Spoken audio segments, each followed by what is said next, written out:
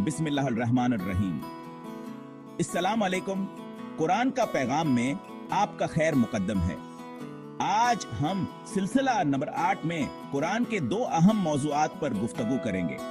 सब्र और शिक्र की अहमियत और वालिदैन के हकूक और इनका एहतराम। ये मौज़ूआत हमारी जिंदगियों में अल्लाह की रज़ा हासिल करने और मुआशरती सुकून की बुनियादें हैं। आइए तफसील से इन पर बात करते हैं।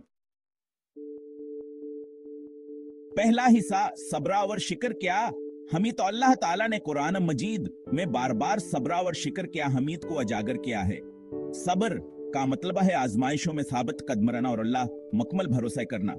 जैसा कि अल्लाह फरमाते हैं, ये आयत हमें याद दिलाती है कि मुश्किलात में सब्र का मज़ाहिर इंसान को अल्लाह का क़ुर्ब अता करता है। जब हम सब्र करते हैं तब अल्लाह की तरफ से बेहिसाब अजर के हकदार ठहरते हैं।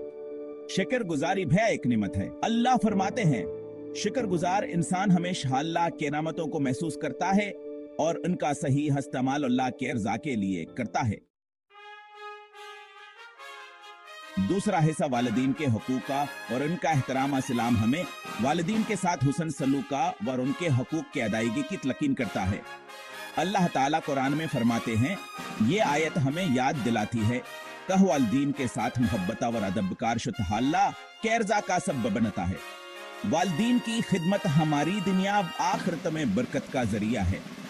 वालिदैन की खिदमत में शामिल हैं इताअत, वालिदैन की बातों को मानना और उनकी नसीहत को कबूल करना, दुआएं वालिदैन के लिए दा करना चाहे वह जिंदा हों या वफात पा चुके हों, खिदमत वालिदैन की जरूरियात को पूरा करना चाहे वह जिस्मानी हो या माली। कुरान का पैगाम हमें सब्र, शिक्र और वालिदैन के हकूक के हवाले से बेहतरीन रहनुमाई फराहम करता है। ये सिफात हमारी शख्सियत में मजबूती पैदा करती हैं और हमें अल्लाह के रज़ा के करीब करती हैं। जब हम अल्लाह के रज़ा के सब्र करते हैं, शिक्र करते हैं और वालिदैन का एहतराम करते हैं तो अल्लाह हमें दुनिया और आखिरत में कामयाबी अता करता है। अल्लाह हमें इन तालीमात पर अमल करने के तौफीक दे। अगली वीडियो में हम कौन का पैगाम सिलसिले कैन में कस्ता के साथ हाजिर होंगे। इंशाअल्लाह हमारे चैनल को सब्सक्राइब कीजिए और शेयर करना मत भूलिए। अल्लाह हाफिज।